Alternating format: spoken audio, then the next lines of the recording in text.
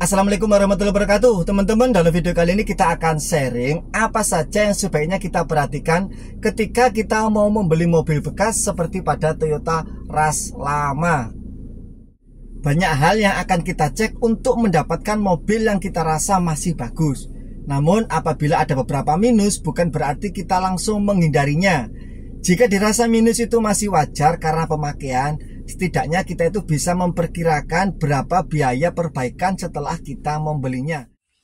Hal pertama yang perlu kita lakukan pengecekan adalah pada bagian bodi mobil. Ini hindari untuk kondisi bodi mobil yang sudah pernah terjadi laka, terutama pada bagian depan, karena itu nanti bisa mempengaruhi kondisi mobil ketika kita gunakan untuk berkendara. Dan teman-teman, untuk bagian fender, kap mesin, dan juga pada bagian depan ini apabila pernah terjadi laka dan kondisinya rusak parah, itu bisa diganti atau dibelikan part yang baru, sehingga dari luar akan tampak seperti tidak pernah terjadi apa-apa. Dan untuk mengeceknya, kita bisa lihat atau buka dari kap mesinnya, kita lihat dari dalam. Kalau dari luar kita bisa ngecek dari posisi seperti ini di atas roda. Kalau bisa ini rodanya diputar ya keluar agar kita bisa melihat pada bagian dalamnya. Kita perhatikan apakah ada bekas perbaikan atau tidak. Nah, kemudian kita cek setiap bodi mobilnya. Kita perhatikan untuk kondisi catnya. Kita usahakan untuk mendapatkan cat yang masih original. Namun apabila tidak original, asal untuk pengerjaannya bagus, saya rasa tidak ada masalah. Teman-teman bisa bandingkan kondisi cat panel per panel, yang misalkan seperti sini, sini, dan sini itu apakah ada perbedaan warna atau tidak. Dan apabila ada kondisi mobil yang sudah pernah dicat ulang dan pengerjaannya kurang bagus, itu kita bisa melihat dengan sudut kemiringan seperti ini ya. Ini kita lihat. Nah, ini bisa seperti ini, bisa seperti ini, kita sesuaikan saja dengan untuk mendapatkan pencahayaan yang tepat. Nah, untuk kondisi bodi mobil sudah pernah dicat ulang dan pengerjaannya kurang bagus, biasanya pada bagian permukaannya itu dia akan terlihat bergelombang dan juga warnanya itu redup. Namun kalau dilihat dari sisi seperti ini, dia tampak samar. Untuk itu cara mendeteksinya kita lihat dari sudut kemiringan seperti ini ya. Nah, kita kelilingi setiap bodi mobil. Kemudian kita perhatikan juga pada bagian bawahnya. Kita cek apakah pernah terjadi gasruk pada bagian bawahnya sini. Ini cek apakah ada bekas perbaikan seperti las dan juga dicat. Nah, sekarang kita cek untuk bagian depan apakah pernah terjadi laka atau belum. Tinggal kita buka untuk kap mesinnya. Teman-teman juga bisa perhatikan untuk kondisi headlampnya. Untuk mobil dengan kilometer yang sudah banyak itu biasanya headlamp itu sudah kusam atau kecoklatan. Kalau ini kan masih bening. Namun dengan kondisi headlamp bening ini juga kita patut curiga, jangan-jangan ini juga sudah diganti baru bekas terjadi laka. Untuk itu kita buka untuk kap mesinnya. Nah, setelah kita buka kap mesin, ini kita perhatikan ya teman-teman ya. Untuk full head, ini seandainya pernah terjadi laka dan ini kondisinya rusak parah, ini biasanya tidak diperbaiki namun diganti dengan full head yang baru, sehingga akan terlihat seperti tidak pernah terjadi sesuatu. Nah, kemudian juga perhatikan untuk kondisi radiator, terus kemudian kondensor. Seandainya ini kondisinya kok baru, ini juga patut dipertanyakan. Terus kemudian perhatikan juga apabila mur-murnya sini itu masih terlihat baru, nah itu juga patut kita curigai. Kalau ini misalkan pernah terjadi laka pada bagian depan yang membuat ini jadi rusak. Kita perhatikan pada bagian sebelah sini ya. Seandainya ini pernah terjadi laka bagian sini dan ini tidak diganti full headnya, teman-teman bisa perhatikan ini untuk las titiknya ini kan masih terlihat rapi. Kalau ini hasil perbaikan biasanya itu tidak serapi ini. Dan juga seperti ini, kita perhatikan aja. Terus kemudian kita juga cek pada bagian sini ya. Ini kalau seandainya pernah terjadi insiden dari sini dan dilakukan perbaikan, ini tidak sehalus ini atau tidak rapi. Ini untuk las titik juga masih terlihat. Kalau bekas perbaikan, saya rasa ini tidak akan terlihat bagus seperti ini. Dia bentuknya akan apa ya? Ya tidak rata lah. Terus kemudian teman-teman juga perhatikan pada bagian bawah situ apakah ada bekas perbaikan seperti dilas, dan juga apakah ada yang pernah dicat juga warnanya berbeda, itu menjadi suatu yang perlu kita curigai. Dan perhatikan juga pada bagian sini untuk di depan dudukan shock breaker ini. Nah kalau seperti ini kan masih bagus, rapi, tidak ada bekas yang namanya perbaikan. Dan teman-teman juga perhatikan pada bagian bawah situ, apakah ada yang namanya bekas perbaikan atau tidak. Jadi kita cek lebih detail bagian sisi kanan dan juga di bagian sisi kirinya. Nah seperti ini, kita telusuri aja. Kalau ada yang mencurigakan, mungkin pernah dilakukan perbaikan, biasanya catnya juga berbeda, antara misalkan sini dengan sini warnanya berbeda. Nah itu patut kita curigai. Dan kita juga cek untuk kondisi kap mesinnya. Nah untuk kap mesin yang masih orisinil itu, ini untuk bagian sini ada sealernya. Dan sealer ini kalau ditekan pakai kuku, dia itu masih menimbulkan bekas. Nah kalau di sini pernah dilakukan perbaikan, itu biasanya sealernya ini bukan dari sealer asli pabrik seperti ini ya. Sealer buatan itu bisa terbuat dari dempul, sehingga kalau ditekan seperti ini dia keras seperti ini. Dan ada juga ini yang di repair menggunakan sealer, namun sealernya itu empuk banget. Jadi ditekan seperti ini tuh terasa empuk banget. Nah itu indikasi bahwasanya itu pernah dilakukan perbaikan. Dan apabila ini kap mesin ini rusak parah, biasanya tidak diperbaiki juga, tapi diganti dengan kap mesin yang baru. Nah untuk kap mesin yang baru biasanya tidak ada sealernya, dia hanya seperti besi dilipat, platnya yang dilipat di sini. Teman-teman bisa cek ya. Intinya kalau yang masih orisinil itu ada namanya sealernya, kondisinya seperti ini. Ini kan masih utuh ya, kap mesin belum pernah dibuka juga, baut-bautnya masih bagus. Jadi teman-teman perhatikan pada bagian situ untuk mendeteksi apakah pernah terjadi laka atau tidak yang bisa merubah posisi atau dudukan mesin, sehingga nanti bisa mempengaruhi kondisi mesin saat hidup dan juga saat berjalan. Nah kemudian kita cek untuk bagian mesin, bodi sudah ya. Sekarang pada bagian mesin, ketika kita ngecek mesin ini, kita jangan menghidupkan mesin dulu agar kita lebih mudah untuk mendeteksinya. Yang jelas kita perhatikan dulu pada setiap bagiannya apakah ada namanya rebesan oli atau tidak.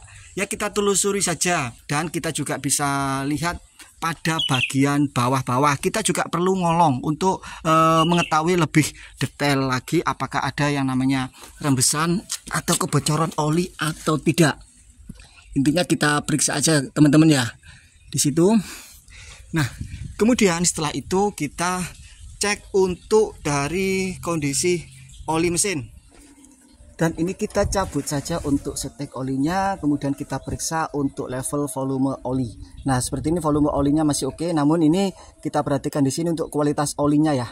Nah kita lap seperti ini, dan ini kita rasakan apakah olinya itu terasa kental sekali, layaknya bukan oli yang normalnya oli mesin ya. Nah kalau seandainya olinya mengental sekali, ini kita juga patut curiga ya, jangan-jangan dikasih oli yang kental agar mesinnya halus. Dan kita coba masukkan lagi untuk melihat volume olinya. Set, terus kemudian kita angkat. Nah ini volume oli masih aman ya, karena di sini ada batas maksimalnya.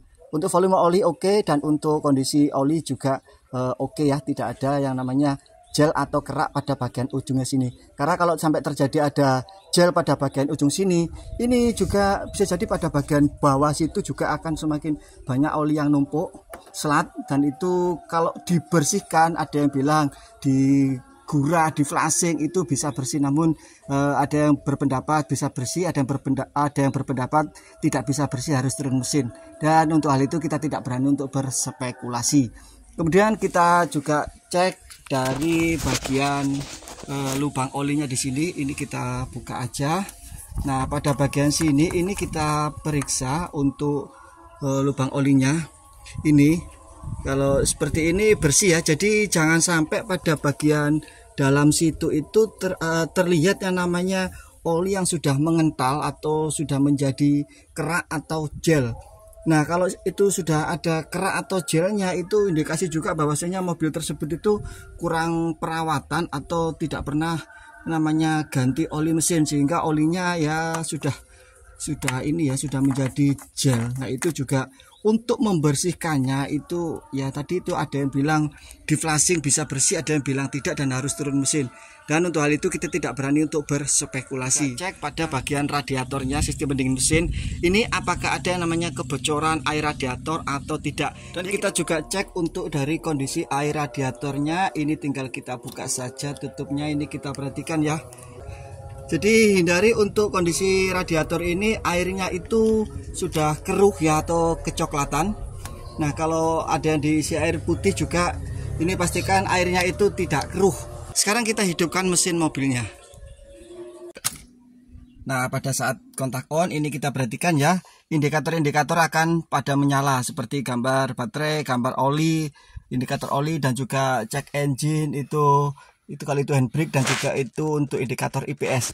Nah ketika sudah kita hidupkan, ini indikator-indikator tersebut itu seharusnya mati. Kalau logo seperti ini kan indikator untuk handbrake, kalau kita turunkan handbrake-nya dia juga akan mati. Tapi intinya untuk indikator IPS di bagian sebelah situ, dan juga untuk indikator baterai itu jangan sampai hidup. Dan untuk mobil injeksi ini satu kali starter itu seharusnya sudah hidup jreng. Jadi kalau ada bunyi cengengesan atau mungkin sulit di starter, berarti ada suatu permasalahan yang harus diperbaiki. Dan sebelum kita keluar untuk mengecek suara mesin yang lebih detail, ini kita coba untuk putar-putar mesinnya seperti ini.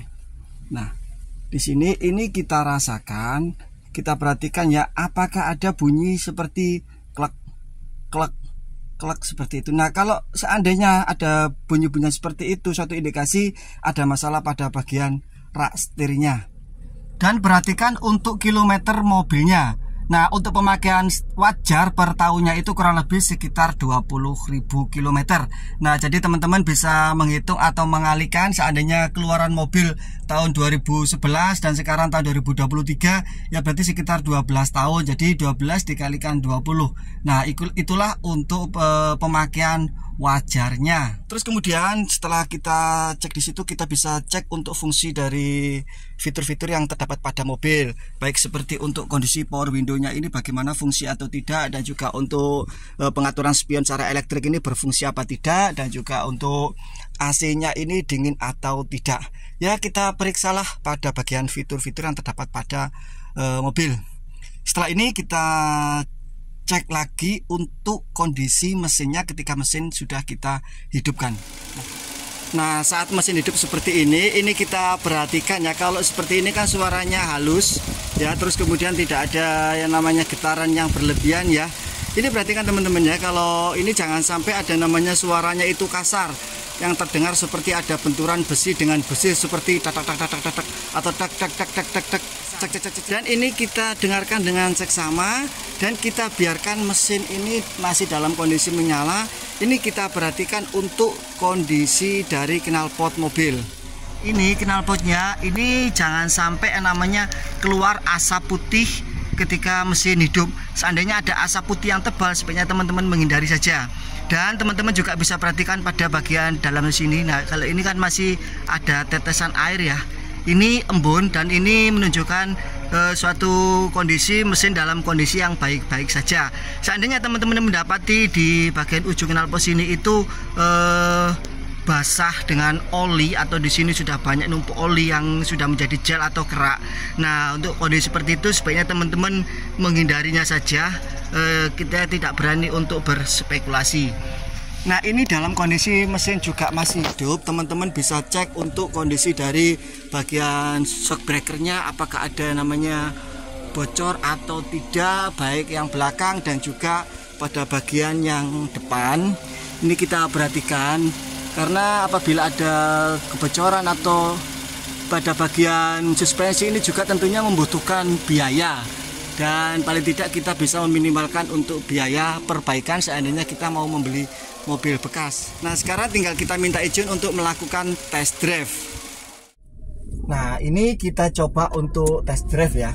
Nah ketika test drive ini kita jangan menghidupkan audio agar kita bisa merasakan apakah ada bunyi-bunyian atau suara-suara yang asing pada bagian mobil.